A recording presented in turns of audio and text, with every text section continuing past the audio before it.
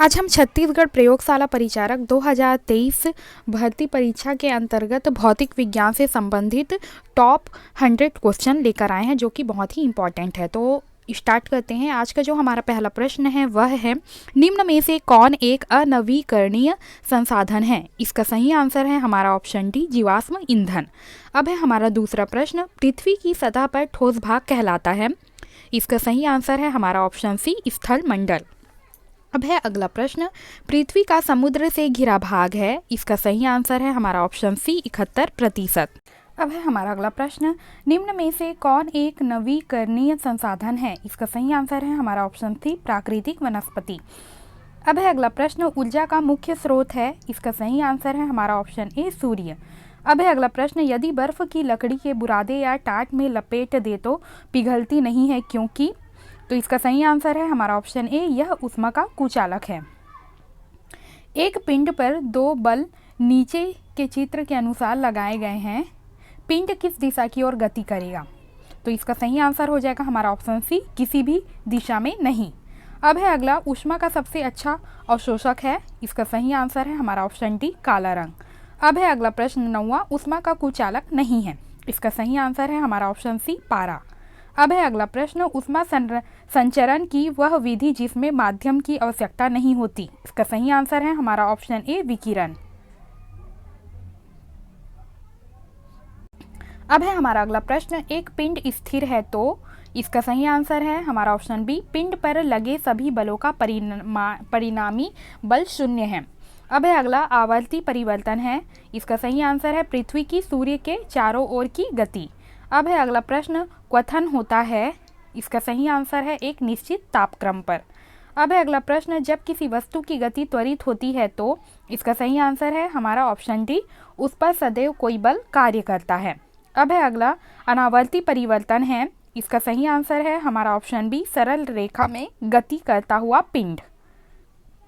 अब है अगला, बल्ब का तंतु किस धातु का बना होता है? इसका सही आंसर है हमारा ऑप्शन सी, टंगस्टन।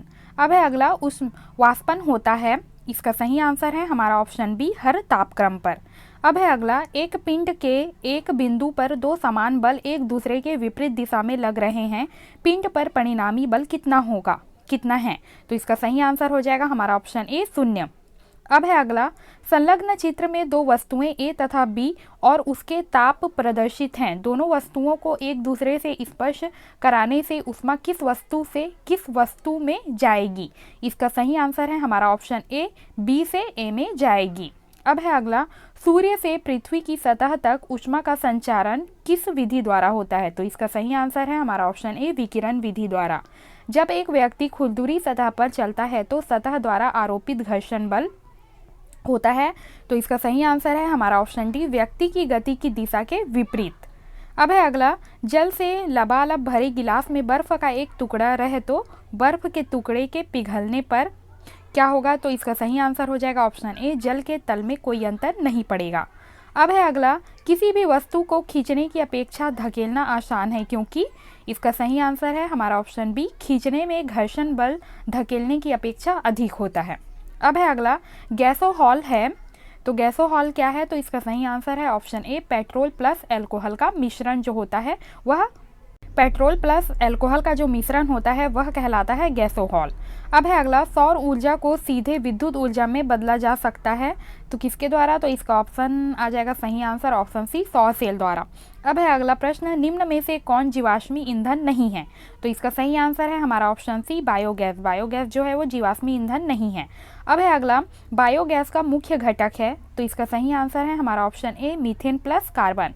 अब है अगला, सोलर सेल में प्रयुक्त किया जाता है? तो इसका सही आंसर है हमारा ऑप्शन ए, सिलीनियम। सिलीनियम जो है वो मुख्य रूप से सोलर सेल में प्रयुक्त किया जाता है।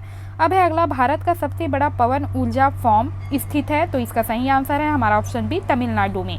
अब है अगला, पवन चक्की में प्रयुक्त की जाती है? तो इसका सही आंसर है हमारा ऑप्शन सी, जल ऊर्जा। अब है अगला, सूर्य में ऊर्जा उत्पन्न होती है? तो इसका सही आंसर है हमारा ऑप्शन ए, नाभिकीय संलयन के द्वारा। नाभिकीय संलयन की प्रक्रिया के द्वारा ही जो सूर्य में जो ऊर्जा होती है वह उत्पन्न होती है। अब है अगला, विद्युत उत्पादन का सर्वोत्तम साधन है? तो इसका सही आंसर है हमारा ऑप्शन सी, जल ऊर्जा। अब है अगला, सौर सेल का उपयोग किया जाता है? तो इसका सही आंसर है ऑप्शन बी कृत्रिम उपग्रहों में। अब है अगला, ऊर्जा का नवीनीकरणीय स्रोत है, तो इसका सही आंसर है उपयुक्त सभी। पवन ऊर्जा, जल विद्युत ऊर्जा और सौर ऊर्जा ये सभी नवीनीकरणीय स्रोत हैं। अब देख लेते हैं अगला प्रश्न, सीएनजी है एक, तो इसका सही आंसर है हमारा ऑप्शन बी प्राकृतिक गैस। सीएनजी जो है वो एक प्राकृतिक गैस है। अब है अगला, वाष्पन होता है द्रव की, तो इसका सही आंसर है ऊपरी सतह पर। वाष्पन की जो प्रक्रिया है वह द्रव की ऊपरी सतह पर होता है। अब है अगला, सीएनजी गैस का मुख्य घटक है, तो इसका सही आंसर है हमारा ऑप्शन ए मीथेन। अब है अगला, एलपीजी गैस का मुख्य घटक है, तो इसका सही आंसर है हमारा ऑप्शन ए ब्यूटेन। अब है अगला प्रश्न, वह बल जो मांसपेशी द्वारा आरोपित हो तो कहलाता है, तो इसका सही आंसर है हमारा ऑप्शन बी पेशीय बल। अब है अगला प्रश्न, पृथ्वी सूर्य के चारों ओर चक्कर लगाती है, इसका सही आंसर है गुरुत्वाकर्षण बल के कारण। पृथ्वी जो है वह सूर्य के चारों ओर जो चक्कर लगाती है वो मुख्य रूप से गुरुत्वाकर्षण बल के कारण लगाती है। अब है अगला, पेन की सहायता से कागज पर लिख पाना संभव है, तो इसका सही आंसर है घर्षण बल के कारण। अब है अगला, निश्चित समय के पश्चात दोहराई जाने वाली गति को कहते हैं, तो इसका जो सही आंसर है वो है हमारा ऑप्शन सी आवर्ती गति। अब है अगला प्रश्न, जब गतिशील वस्तु के विपरीत दिशा में बल लगाया जाता है तो उसकी चाल क्या होगी, तो घट जाएगी। अब है अगला, ब्रह्मांड में किन्हीं भी दो वस्तुओं के बीच लगने वाले आकर्षण बल को कहते हैं, तो उसे कहते हैं, हमारा सही आंसर है ऑप्शन सी गुरुत्वाकर्षण बल। अब है अगला, निम्न बल के कारण जमीन पर चलना संभव होता है, तो इसका सही आंसर है हमारा ऑप्शन डी घर्षण बल के कारण। घर्षण बल के कारण ही जो जमीन में चलने की जो प्रक्रिया है वह संभव है। अब है अगला, लट्टू की गति है, तो लट्टू की गति क्या है, एक घूर्णन गति है। अब है अगला, पेड़ से गिरते हुए फल की गति है, तो इसका सही आंसर है हमारा ऑप्शन ए सरल रेखीय गति। अब है हमारा अगला प्रश्न, दीवार घड़ी में लटके पेंडुलम की गति है, तो इसका सही आंसर है हमारा ऑप्शन सी दोलन गति। अब है अगला, यदि आप 500 मीटर की दूरी 50 सेकंड में तय करते हैं तो चाल होगी, तो इसका सही आंसर हो जाएगा हमारा ऑप्शन बी 10 मीटर प्रति सेकंड। अब है अगला, आकर्षण या प्रतिकर्षण बल को कहा जाता है, तो आकर्षण या प्रतिकर्षण बल को कहते हैं स्थिर वैद्युत बल, तो इसका सही आंसर हो जाएगा स्थिर वैद्युत बल। अब है अगला, पेट्रोलियम पदार्थ की ऊर्जा होती है, तो इसका सही आंसर है हमारा ऑप्शन ए रासायनिक ऊर्जा। अब है अगला, हथेलियों को आपस में रगड़ने से उत्पन्न ऊर्जा है, तो यह ऊर्जा है हमारा ऑप्शन सी ऊष्मीय ऊर्जा। यह एक ऊष्मीय ऊर्जा का उदाहरण है कि हथेलियों को आपस में रगड़ने पर उसमें ऊष्मा उत्पन्न होती है। अब है अगला प्रश्न, प्रकाश ऊर्जा द्वारा संभव है, तो इसका सही आंसर है वस्तुओं को देख पाना। अब है अगला, वस्तु में कंपन के कारण उत्पन्न होती है, तो इसका सही आंसर है हमारा ऑप्शन डी ध्वनि ऊर्जा। अब है अगला प्रश्न 55, विद्युत ऊर्जा को ध्वनि ऊर्जा में परावर्तित करने वाला उपकरण है, तो इसका सही आंसर है हमारा ऑप्शन बी विद्युत घंटी। अब है अगला प्रश्न, जब मोमबत्ती जलाई जाती है तब कौन सी ऊर्जा प्रकाश ऊर्जा में परावर्तित होती है, तो इसका सही आंसर है हमारा ऑप्शन सी रासायनिक ऊर्जा। अब है अगला, कार्य करने की क्षमता को कहते हैं, तो इसे कहते हैं ऊर्जा। कार्य करने की क्षमता जो है वो ऊर्जा कहलाती है। अब है अगला, वह ताप जिस पर कोई पदार्थ अपनी ठोस अवस्था से द्रव अवस्था में परावर्तित होती है कहलाता है, इसका सही आंसर है हमारा ऑप्शन डी गलनांक। अब है अगला, ऊष्मा ऊर्जा का एसआई मात्रक है, तो इसका सही आंसर है हमारा ऑप्शन सी जूल। अब है अगला, ऊष्मा का सुचालक है, इसका सही आंसर है हमारा ऑप्शन डी लोहा। लोहा जो है वो ऊष्मा का सुचालक है। अब है अगला, ठोस में ऊष्मा का संचरण निम्न प्रक्रिया से होता है, इसका सही आंसर है ऑप्शन ए चालन। अब है अगला प्रश्न, ऊष्मा संचरण की किस प्रक्रिया में माध्यम के कण एक स्थान से दूसरे स्थान की ओर गति करते हैं, इसका सही आंसर है हमारा ऑप्शन बी संवहन। अब है अगला, विकिरण ऊर्जा का अच्छा अवशोषक है, तो इसका सही आंसर है हमारा ऑप्शन ए कालिख लगी हुई गेंद। अब है अगला प्रश्न, ऊर्ध्वपातन द्वारा शोधन करते हैं, इसका सही आंसर है हमारा ऑप्शन ए आयोडीन का। ऊर्ध्वपातन जो प्रक्रिया है उसके द्वारा आयोडीन का शोधन करते हैं या शुद्धिकरण करते हैं या शुद्ध अवस्था में प्राप्त किया जाता है। अब है अगला, संवहन द्वारा ठोस को गर्म नहीं किया जा सकता क्योंकि, तो इसका सही आंसर है ऑप्शन बी ठोस के अणु जो है वो गति नहीं करते। अब है अगला, बादल रहित रातों वाले आकाश की अपेक्षा बादल छाए रहने वाले रातें अधिक गर्म होती हैं क्योंकि, तो इसका सही आंसर हो जाएगा हमारा ऑप्शन ए, कुचालक की भांति होते हैं। अब है अगला, निम्नलिखित में से कौन सी विधि के द्वारा ऊष्मा के संचारण के लिए माध्यम की आवश्यकता नहीं होती? इसका सही आंसर है हमारा ऑप्शन सी, विकिरण।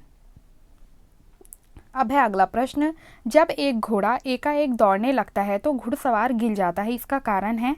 तो इसका सही आंसर है हमारा ऑप्शन सी, जड़त्व के कारण शरीर का ऊपरी भाग स्थिर रहता है और निचली भाग जो है वो घोड़े के साथ गति में आ जाता है, इस कारण जो घुड़सवार है वो गिर जाता है। अब है अगला, वस्तु के द्रव्यमान तथा वेग का गुणनफल कहलाता है, तो यह कहलाता है संवेग।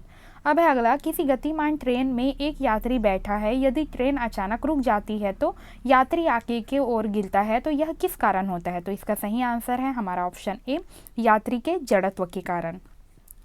अब है अगला प्रश्न, क्रिया बल व प्रतिक्रिया बल कार्य करते हैं, तो ये कार्य करते हैं विभिन्न वस्तुओं पर, तो इसका सही आंसर हो जाएगा हमारा ऑप्शन सी, विभिन्न वस्तुओं पर। अब है अगला, जब एक कालीन लकड़ी द्वारा पीटा जाता है तो धूल के कण किस नियम के अनुसार नीचे गिरते हैं? तो इसका सही आंसर है हमारा ऑप्शन ए, गति के प्रथम नियम के अनुसार। आवेग का मात्रक किस राशि के समान है? तो इसका सही आंसर है। अब है अगला प्रश्न, सीमांत घर्षण बल निर्भर करता है, तो यह निर्भर करता है ऑप्शन डी, सतहों की प्रकृति तथा अभिलंब प्रतिक्रिया बल पर, परंतु संपर्क तल के क्षेत्रफल पर नहीं। अब है अगला, रॉकेट किस सिद्धांत पर कार्य करता है? तो इसका सही आंसर है हमारा ऑप्शन बी, रेखीय संवेग संरक्षण नियम पर। अब है अगला, W भार का एक व्यक्ति लिफ्ट में खड़ा है तो त्वरण A से ऊपर की ओर गति कर रही है, तो व्यक्ति का आभासी भार होगा, तो उसका सही आंसर हो जाएगा हमारा ऑप्शन ए, W कोष्टक में 1 + A/g। अब है अगला, m द्रव्यमान का एक कण v वेग से गति करता हुआ 2m द्रव्यमान के स्थिर कण से जुड़ जाता है, तो संपूर्ण निकाय का अंतिम वेग होगा, तो इसका सही आंसर हो जाएगा हमारा ऑप्शन सी, u/3। अब है अगला, पतले तार का व्यास निम्न किस उपकरण से मापा जाता है? तो इसका सही आंसर है हमारा ऑप्शन ए, स्क्रू गेज से। अब है अगला, वर्नियर कैलिपर्स की सहायता से किस वस्तु का मापन किया जाता है? तो इसका सही आंसर है हमारा ऑप्शन डी, लंबाई, चौड़ाई और ऊंचाई का। अब है अगला, कृत्रिम उपग्रह के कक्ष में कक्षीय चाल निर्भर नहीं करता, तो इसका सही आंसर है हमारा ऑप्शन बी, उपग्रह के द्रव्यमान पर। अब है अगला, एक अंतरिक्ष यात्री जो कि भू उपग्रह में है कि समय ज्ञात करने के लिए प्रयोग में लाना चाहिए, तो इसका सही आंसर है ऑप्शन बी, घड़ी जो स्प्रिंग से चलती है। अब है अगला, सूर्य के परित पृथ्वी का परिक्रमण काल 365 दिन तथा बुध का परिक्रमण काल 88 दिन है, तो पृथ्वी से सूर्य की औसत दूरी 1.5 × 10⁸ किलोमीटर है, तो पृथ्वी से बुध की न्यूनतम दूरी क्या होगी? तो इसका सही आंसर हो जाएगा हमारा ऑप्शन डी, 9.2 × 10�7 किलोमीटर। अब है अगला प्रश्न, 40 किलोग्राम तथा 80 किलोग्राम द्रव्यमान के दो पिंड एक दूसरे से 0.15 मीटर की दूरी पर स्थित हैं, तो इसके बीच लगने वाला गुरुत्वाकर्षण बल 1.0 मिलीग्राम भार है, तो गुरुत्वाकर्षण स्थिरांक होगा, तो इसका सही आंसर हो जाएगा हमारा option A, 7 × 10⁻11 newton metre kilogram, newton metre square प्रति किलोग्राम। अब है अगला, प्रकाश की एक किरण माध्यम A से B में जाने पर अभिलंब से दूर हट जाती है, दोनों में से कौन सा माध्यम अधिक सघन है? तो इसका सही आंसर हो जाएगा हमारा ऑप्शन बी, माध्यम A अधिक सघन है। अब है अगला, दिए गए चित्र में परिवर्तित किरणों का मार्ग देखकर बताइए कि बॉक्स में रखा दर्पण किस प्रकार का है? तो इसका सही आंसर हो जाएगा हमारा ऑप्शन ए, समतल दर्पण।